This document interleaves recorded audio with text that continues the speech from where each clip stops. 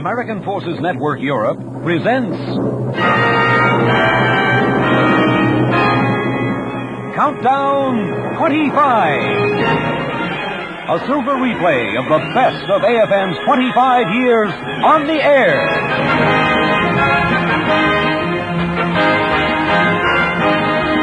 Good evening, ladies and gentlemen, and welcome to Countdown 25, a special series devoted to recalling the sounds of the past quarter century.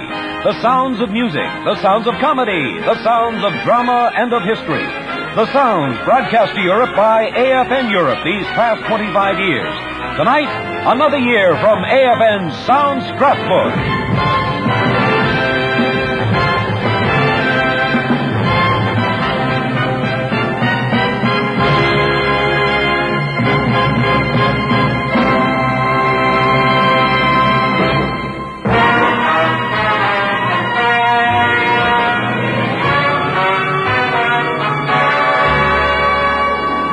This evening, we recall the year that began for AFN on the 4th of July in 1952. There isn't the slightest evidence that General Eisenhower could possibly be a strong candidate or could conduct the kind of campaign that ought to be conducted if we're going to win this election. The voice of Mr. Republican, Senator Robert Taft, broadcast on the American Forces Network as the organization entered its 10th consecutive year on the air.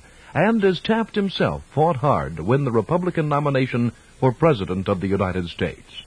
Yes, 1952 was an election year, and AFN newsmen were on the job as always, reporting the rapid-fire political developments back home for American forces here in Europe. At the same time, AFN's entertainment package included a tongue-in-cheek explanation of the American political machine. The teacher was Edgar Bergen, the student Mortimer Snerd.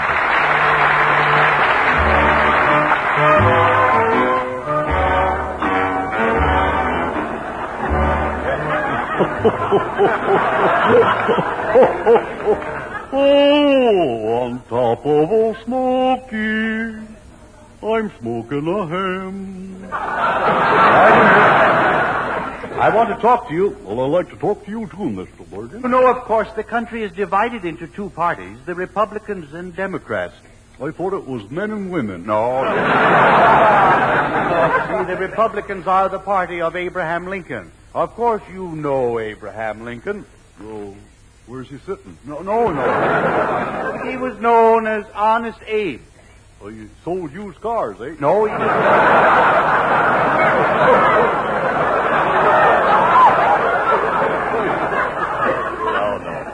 No, Abraham Lincoln used to split rails. Is that so? Yes. Well, I wouldn't hold that against him. I broke a couple of windows in my time, you know. Abraham Lincoln is the finest illustration of the fact that no matter how humble a man's origin, he can rise to the presidency. Mortimer, someday you may be president. No. I don't think things will ever get that bad.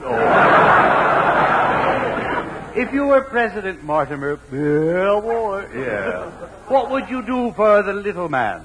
Well, the little man, eh? Yes. I'd introduce him to a little woman. A little... Of course, you have to take a stand on certain issues. Now, what do you think is the answer to the farm problem? Fertilizer.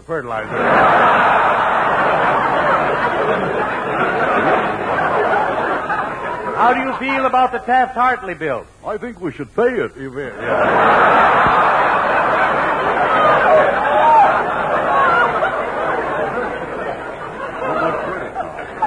Mortimer, you should understand the issues because you soon will be able to vote. How old are you? Well, let's see. I'm 14, going on 13. Is that so? How can that be?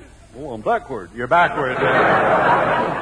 What are your political affiliations? In other words, what side are you on? Well, I kind of forget right now. I forget whether I'm one of the Republicans or the Democrats. Well, of course, each party has a different policy. Now, the Democrats have... I think it's a 20-year endowment, ain't it?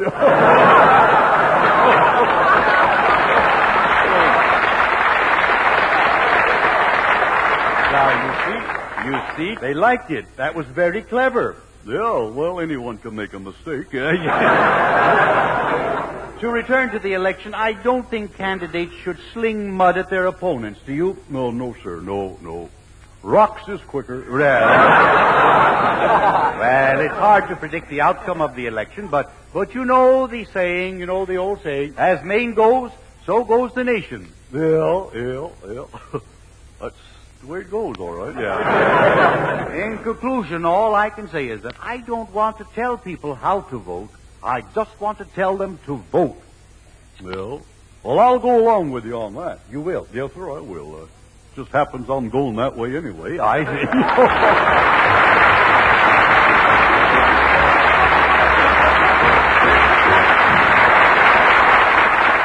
With the Republican Convention caucuses continuing in Chicago, AFN disc jockeys like Sergeants Joe Neidig and Leo Zales continue to lift the spirits of Americans abroad, spinning such records as this 1952 hit.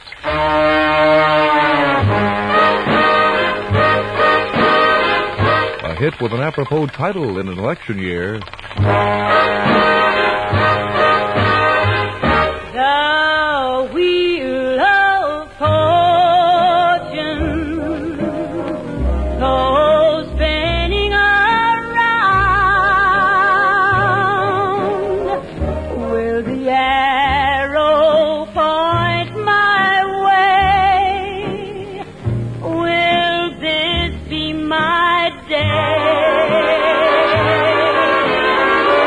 Oh, wheel of fortune, please don't pass me by. Let me know the magic of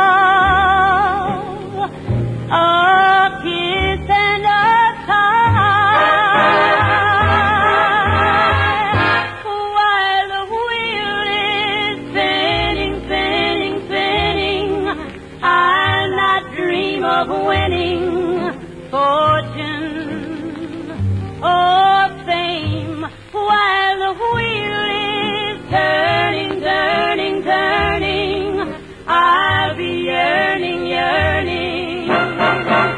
Oh, love's precious flame, oh, wheel of fortune. I'm hoping somehow,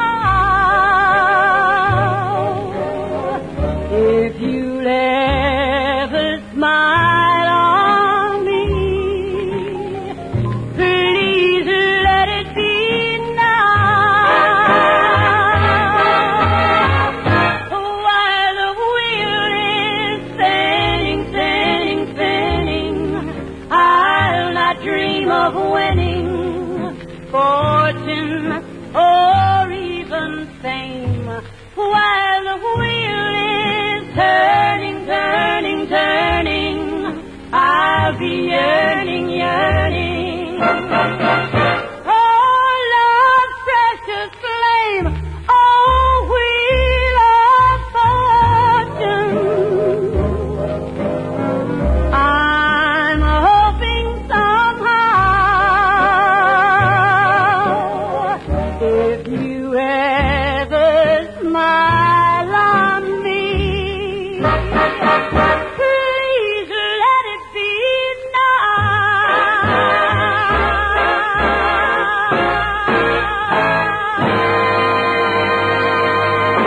Back in Chicago, General of the Army Dwight David Eisenhower's name was put before the Republican Convention. It is with pride that I place before this convention, for President of the United States, the name of Dwight David Eisenhower. And on the 12th of July, Ike got the nomination. The voice of Robert Taft. I will do everything possible to assist him in the campaign to secure his election and in his administration when he is elected president. Thank you.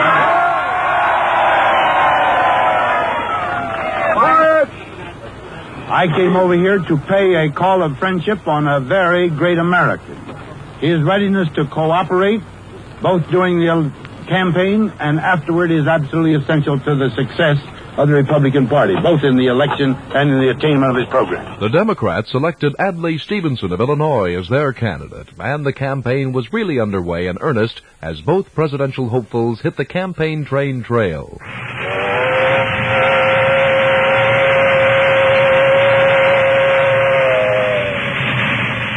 An American doesn't twiddle his thumbs while his garden is wrecked by a crowd of vandals and his house invaded by a gang of robbers.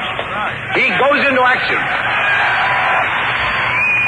When the same sort of thing happens to his country, an American goes into action by getting into politics, fast and hard. I'm in politics just that way. I hear it said now and then that I am talking over the heads of the people. Well, if it's a mistake to appeal to intelligence and reason instead of emotion and prejudice, then I plead guilty to the charge. I have said, and will say again and again, that there is only one issue in this campaign. That issue is the mess in Washington. Neither political party has a monopoly of virtue or of rascality. Why, my distinguished opponent is using every trick in the book to get himself off the hook of the present administration record. Senator Taft says he prepared his statement before he saw the general. This must be the first time that the vanquished dictated the peace terms to the victor. Poor old Ike. He has been taken into camp. He has changed. They say they were mistaken about me. They sure were.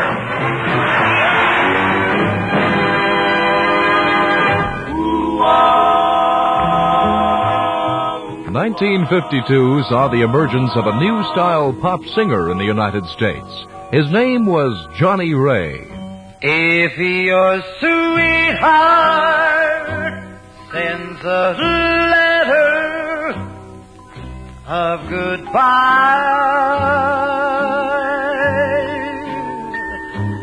it's no secret you feel better if you cry. When waking from a bad dream, don't you sometimes think it's real? But it's only false emotions that you feel.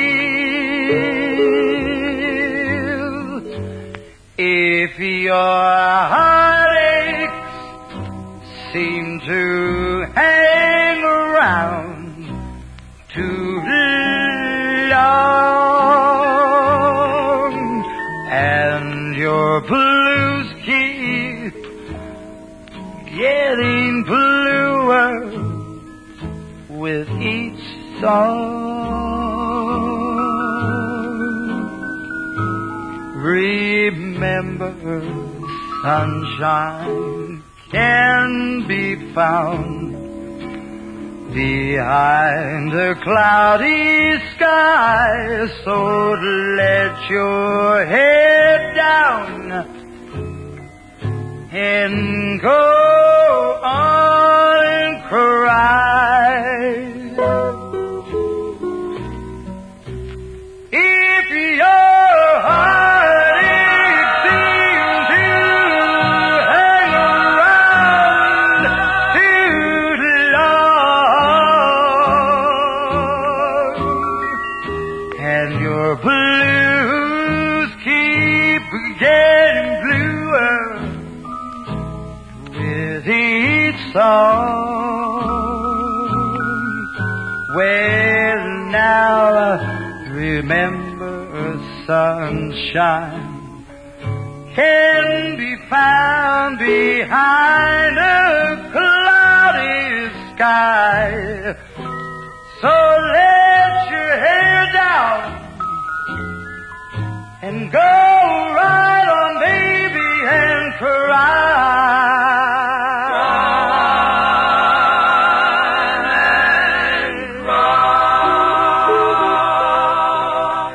In late autumn of 1952, the American Forces Network made the front page of the London Times and caused a sensation across Europe with a special Halloween program.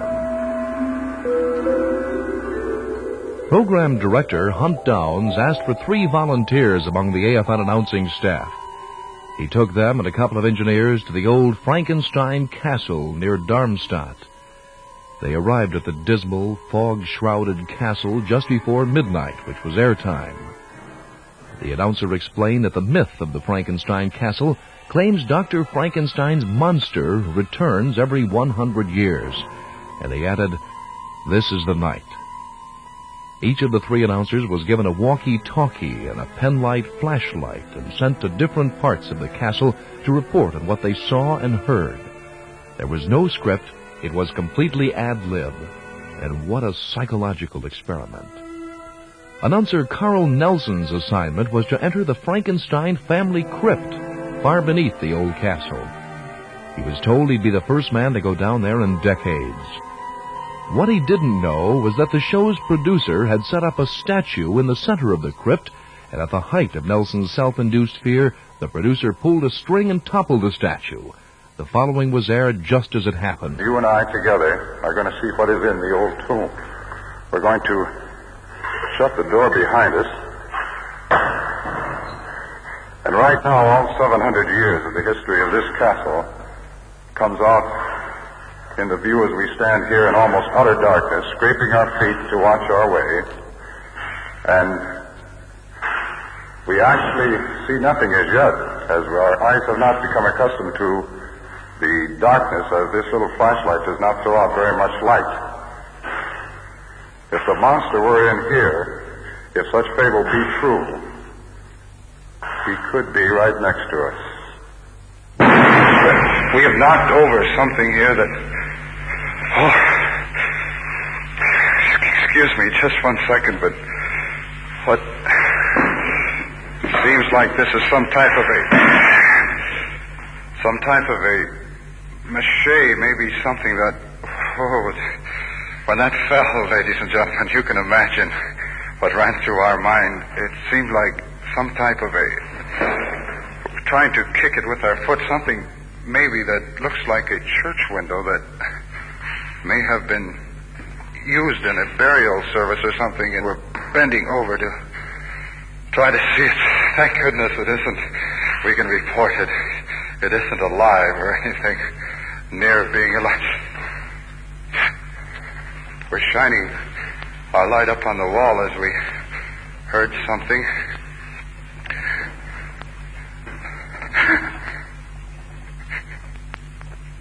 No, you'll excuse the gasp, but our light is fading and it's on something that looks like a statue. Yes, it is just a statue, but an ungodly statue where we're kicking a chain. We're going to try to... This is ridiculous, ladies and gentlemen. We are scared because of what fell down on the floor here, but we're going to go up and examine this statue right now. It is a horrible-looking statue, much like the monster, perhaps something put here years ago, maybe the original mold. It is very eerie, to say the least, as this misty moon is coming through the window. But we don't believe in these things, and we're going to walk up and touch this to see perhaps what it could be made of. It may be of wax or plaster.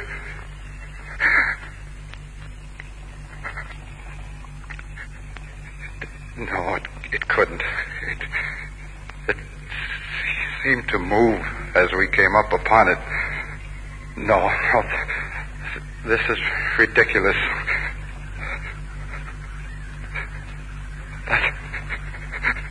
No.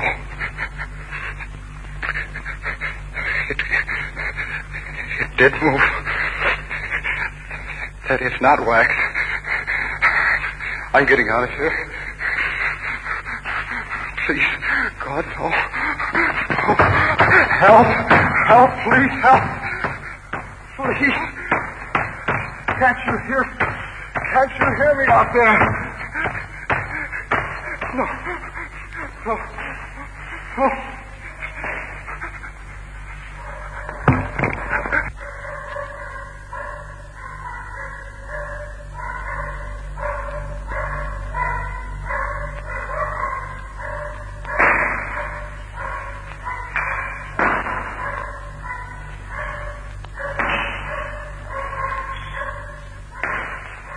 At this point, we should explain that Nelson tried to get out of the crypt only to find the door locked. He fainted. With the mic open, the crew rushed to his side. The last thing listeners heard was someone saying, "This thing has gone far enough. Let's get out of here." Back in the network's headquarters in Frankfurt, the switchboard was jammed by callers wondering if the AFNers did get away from the castle unscathed. They did, of course, but only after a good portion of Europe nervously shivered with Carl Nelson at the Frankenstein Castle.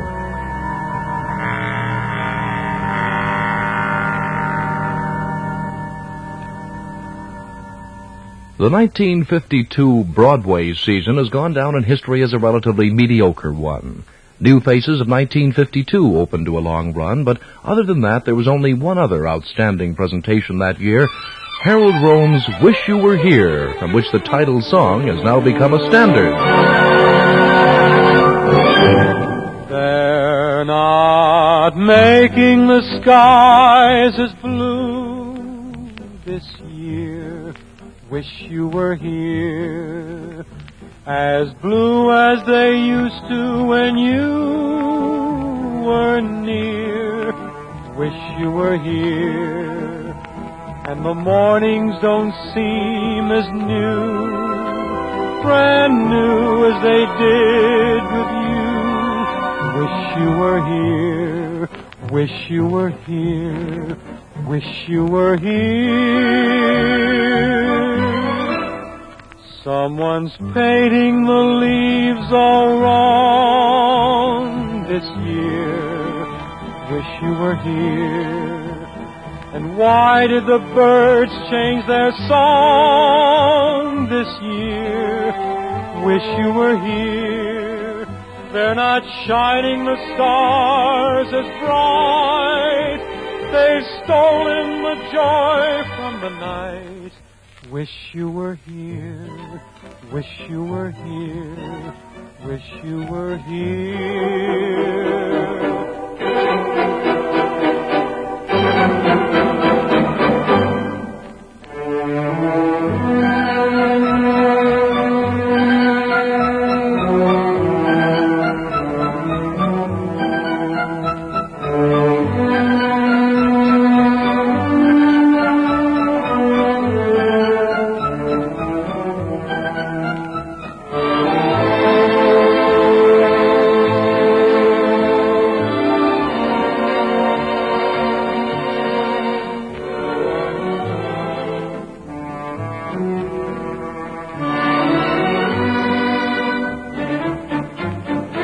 Someone's painting the leaves all wrong this year. Wish you were here. Why did the birds change their song this year? Wish you were here. They're not shining the stars as bright. They've stolen the joy from the night. Wish you were here. Wish you were here. Wish you were here.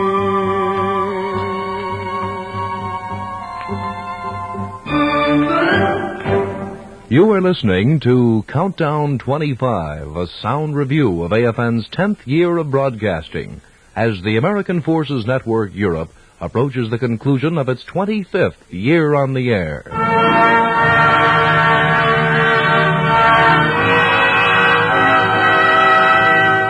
The presidential election campaign was nearing an end in late autumn of 1952, but not before there was some sniping at Richard Nixon Running with Eisenhower on the Republican ticket, the vice presidential hopeful was questioned as to where the money was coming from for his campaign.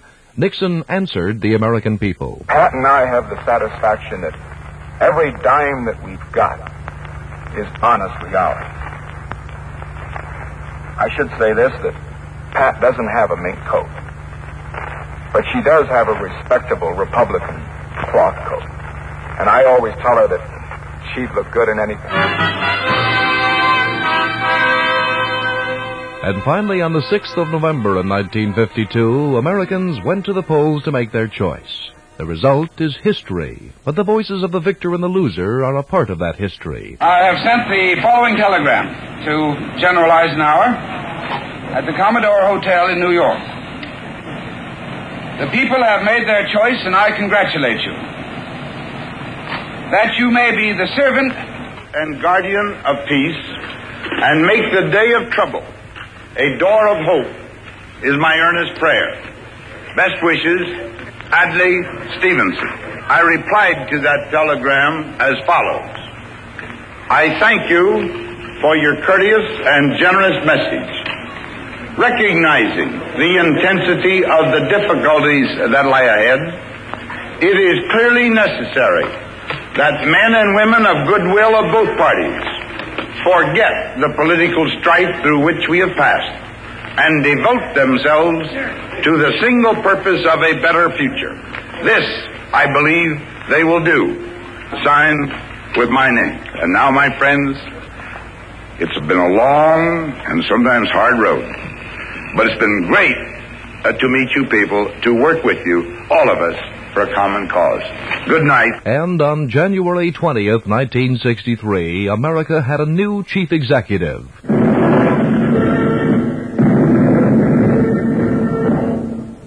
General looking very stern, stands now, military bearing, as the Chief Justice approaches him, and as the clerk opens the Bibles at their appointed places, one Bible placed on the other, the President-elect placed his left hand upon the pages, his right hand to be raised. Chief Justice in his black robes, the President-elect, gray striped trousers, Oxford gray coat. You, Dwight D. Eisenhower, do solemnly swear. I, Dwight D. Eisenhower, do solemnly swear that you will faithfully execute the office of President of the United States, that I will faithfully execute the office of the President of the United States, and will, to the best of your ability, and will, to the best of my ability, preserve, protect, and defend the Constitution of the United States. Preserve, protect, and defend the Constitution of the United States.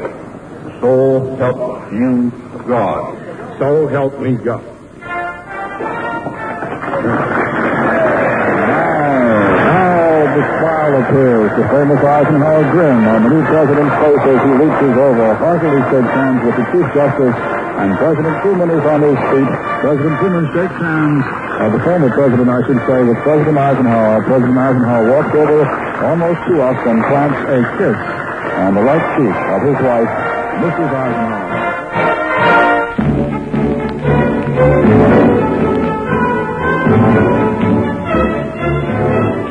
Leroy Anderson scored a smash hit in 1952 with his own composition, The Blue Tango.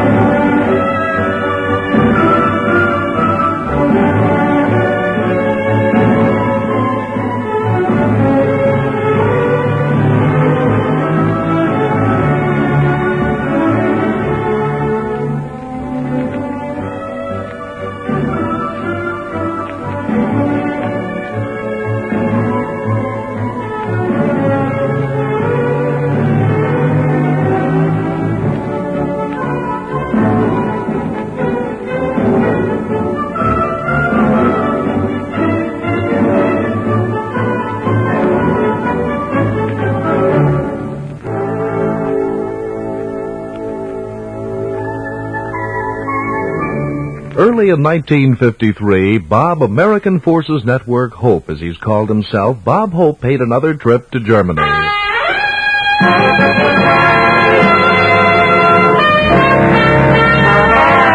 Bob Hope Show, transcribed direct from Wiesbaden, Germany, for the men of the United States Air Force in Europe, with Les Brown and his band of renown. Our special guest, Marilyn Maxwell. And here he is, Bob Hope.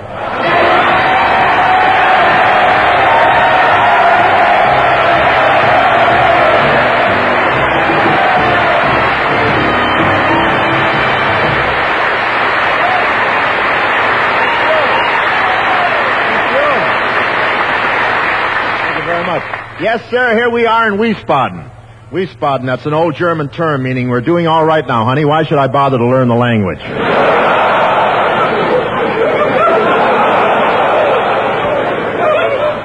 And it's rather chilly here today. I thought it was snowing when I arrived, but it turned out that all the fellas in the Rocker Club blew the head off their beer at the same time.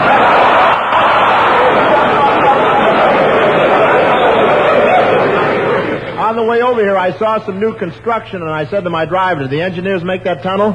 He said, no, the GI is getting the Bahnhof on payday. For you folks in America, the Bahnhof is a social gathering place of the cultural group here.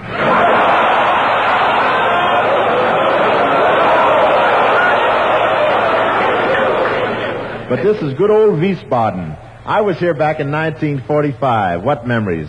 Those were the days when a Hershey bar meant something.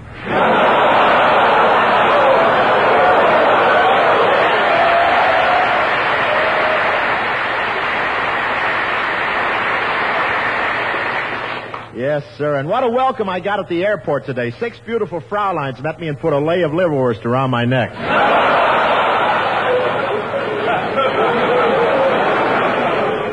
I was here in Germany for Christmas in 1948, too. And when I was here in 48, cigarettes were just as good as money. Yes, sir, cigarettes were really the thing then. I remember one guy was caught rolling his own. He was arrested for counterfeiting.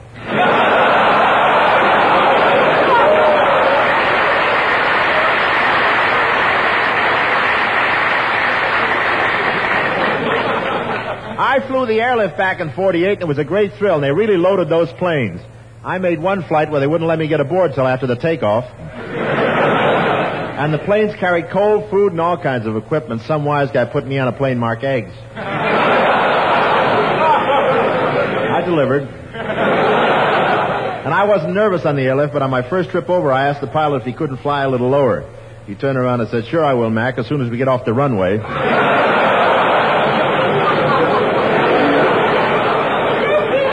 And the bathtubs in these German hotels are confusing because there's so many faucets. I guess I turned the wrong one this morning. It's the first time I ever took a bath in sauerkraut and boiled potatoes. Then the valet came in and scrubbed my back with horseradish. And I love the script money the Air Force uses here. I don't know where that script came from until I went over to General Upthegrove's house. Half the wallpaper's missing from his kitchen.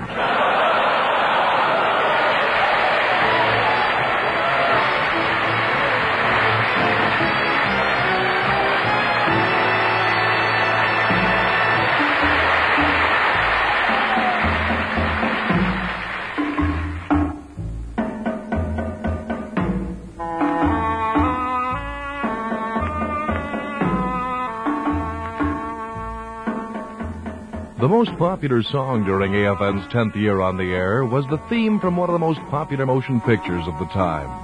In fact, both the star of the picture and the song itself won Academy Awards.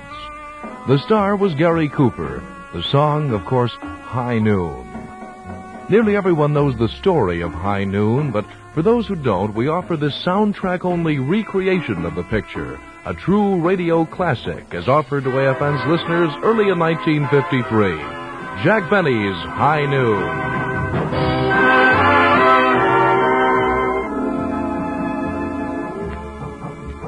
The time is the year 1875. The place, the little town of Hadleyville. The scene is in the office of the Justice of the Peace. I'm the town marshal, and my name is Gary Kane. This is my wedding day. Yep. Right at this moment, I'm a-getting married to my sweetheart, Amy. Do not forsake me, oh my darling, on this our wedding day. Do not forsake me, oh my darling.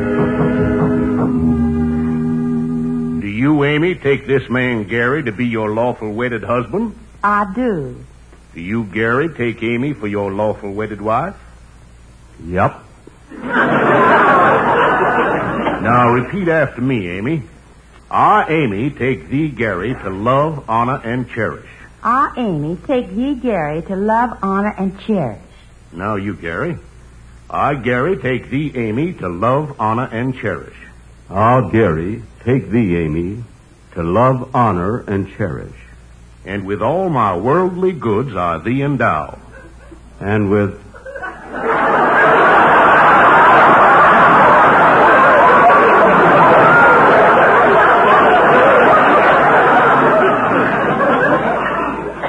Come on, repeat it. And with all my worldly goods I thee endow. Ah, Gary, take thee, Amy, to love, honor, and cherish. Yes, I even had to buy the ring. I now pronounce you man and wife. Gary, my husband. Amy, my bride. Kiss me. It's customary for the justice of the peace to get the first kiss. Stand aside, Amy. The man wants to kiss me. Oh,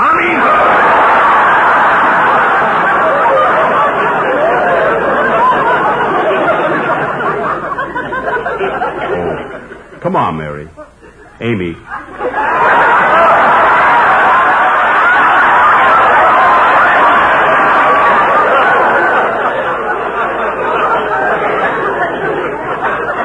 Then Mary is playing the part of Amy. Let's get going on our honeymoon. Gee, Gary, I'm so glad you're going to give up your job as marshal and put those awful guns away. Yes, Amy. Now we can have a peaceful life. Marshal! Yeah, what's up? Terrible news. Frank Miller's been released from jail. No. Yeah, and he's arriving in town at high noon. High noon?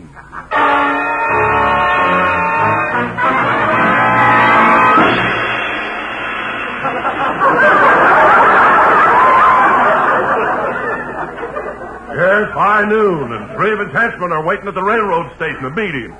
Where are my guns? And I better swear in some deputies. I gotta get Frank Miller before he gets me. Gary, tell me, what's this all about? Amy, 5 years ago I arrested Frank Miller and sent him to jail. He vowed he'd kill me when he got out. So I gotta get him first. But, Gary, you may be killed. I don't want to become a widow on my wedding day. I want to go on a honeymoon. Look, Amy, I can't run away. You wouldn't want to be married to a coward, would you? Well, I'd do anything to get out of the May Company.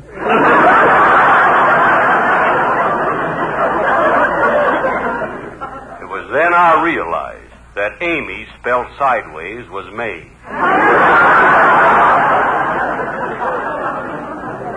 But I had my duty to perform, even if it meant losing Amy. I went outside. I walked the hot, dusty, deserted streets, looking in vain for men to serve as deputies. Oh, to be torn with love and duty, supposing I lose my fair-haired beauty. Look at that big hand move along, here in high noon. He made a vow while in state prison, vowed would be my life or his. I went everywhere looking for deputies. Time was running short. Still, I could find no one to help me. I was a marked man. No one would even come near me. This was before the days of chlorophyll.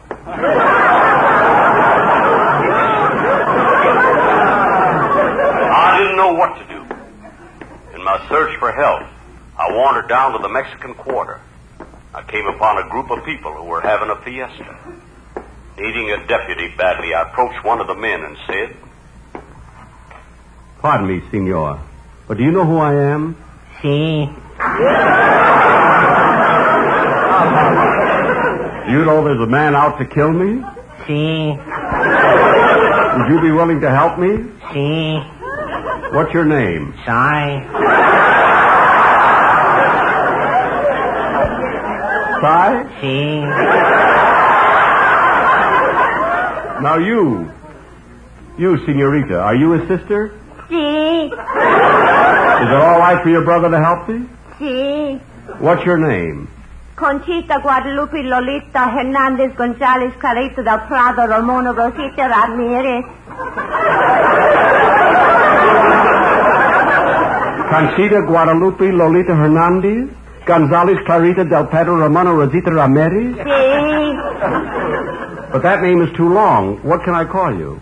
Sue. Sue? Si. But I was talking to her, wasn't I? Si. What do you do for a living? So.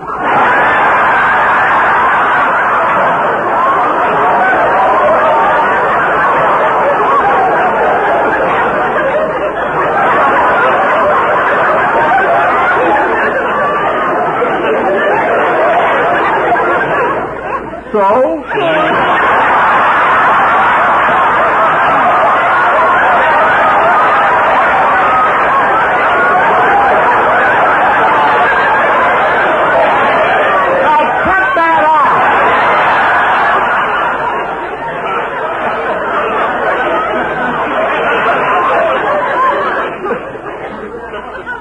I appreciated their offer to help.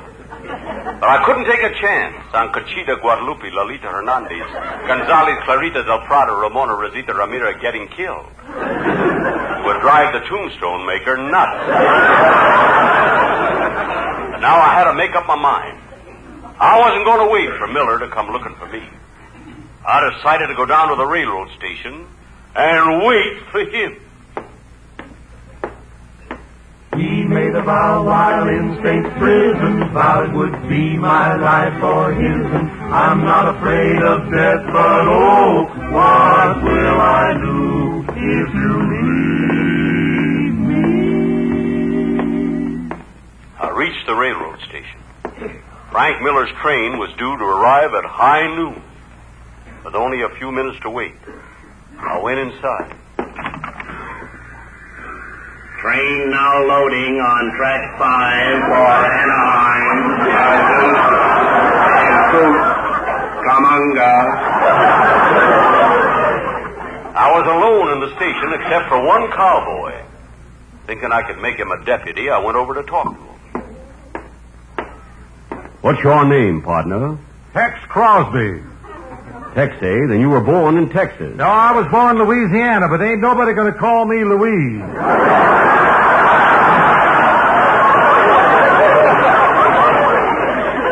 That's an old joke. Well, it was new in 1875. Oh, yes.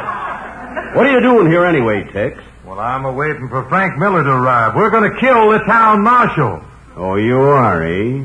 Well, I'm the town marshal, and I'm going to kill you. Train now leaving on track 5 for Anaheim, Azusa, and Coop. But I'll give you a fighting chance. When I count 3, draw and shoot. Okay. 1, 2, 3. Oh! Among us.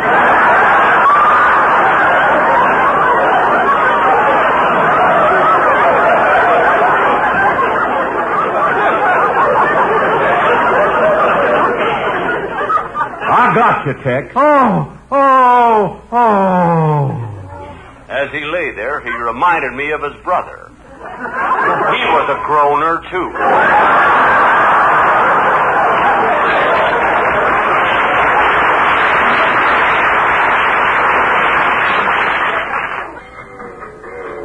The high noon train pulled into the station. Came to a stop. Frank Miller got off the very last car, was met by his 2 remaining henchmen. This was my date with destiny. As soon as I got within pistol range, I drew my gun and fired.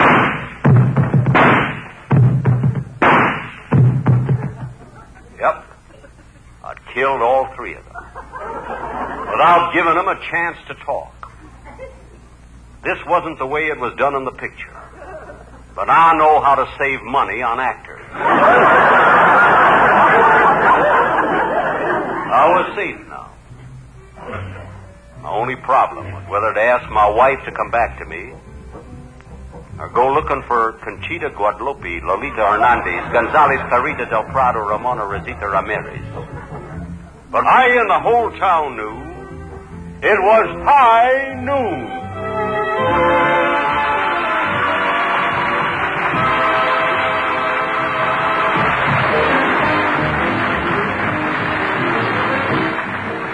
On March 2nd, 1953, a shocking announcement from Moscow. The Central Committee of the Communist Party of the Soviet Union and the Council of Ministers of the Union of Soviet Socialist Republics announces the great misfortune which has befallen our party and our people. The grave illness of Comrade Joseph Stalin. During the night of March 1 to March 2, Comrade Stalin had a hemorrhage which affected vital parts of his brain. The Central Committee and the Council of Ministers expressed confidence that our party and the whole Soviet people will display the greatest unity of spirit and vigilance. But 3 days later, on March 5th, Joseph Stalin died. The heart of the comrade and inspirer of Lenin's will, the wise leader and teacher of the Communist Party and the Soviet people, has stopped beating. Dear comrades and friends, the steel-like unity and monolithic unity of the ranks of the party constitutes the main condition for its strength and might. The communist world was grief-torn. The West was nervous as it waited to see who would emerge as the new Kremlin strongman.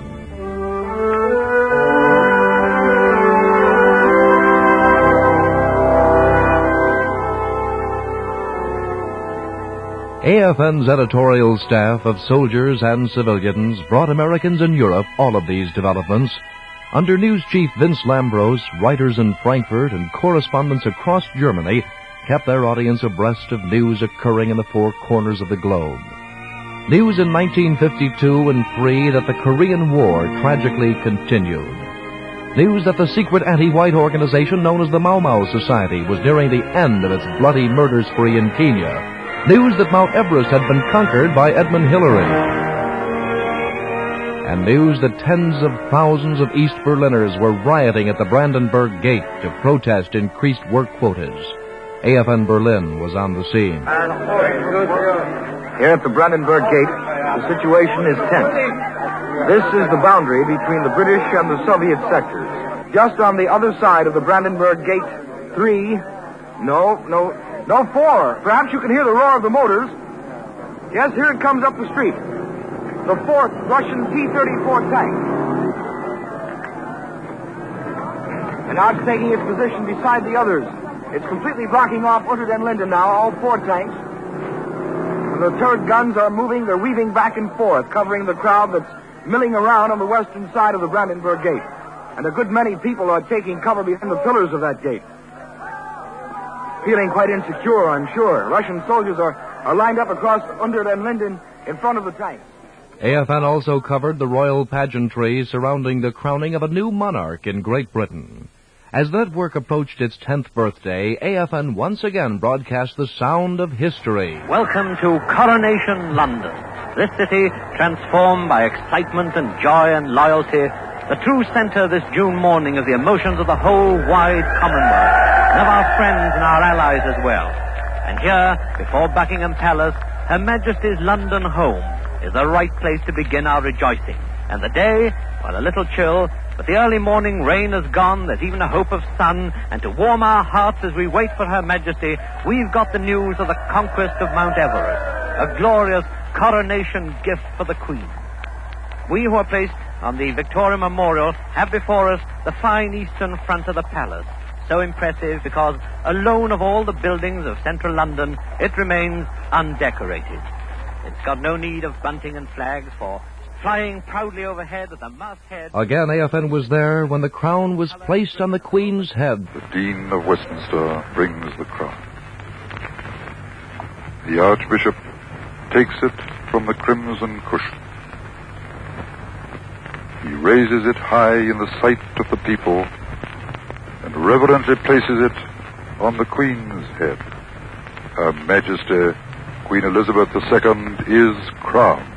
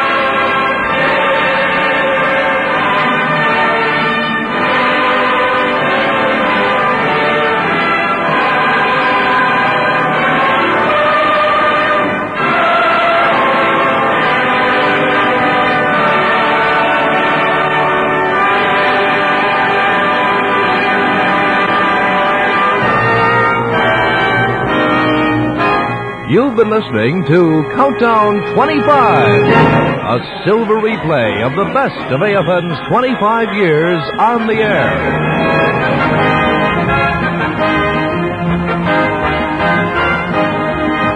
Tonight, AFN has brought you the sounds of its 10th year of broadcasting, the sounds that began emanating from AFN's transmitters on the 4th of July in 1952. Tomorrow evening and each evening at this same time until July 4th, 1968, AFN will present a sound review of the years it has been serving American forces in Europe. A countdown to AFN's silver anniversary.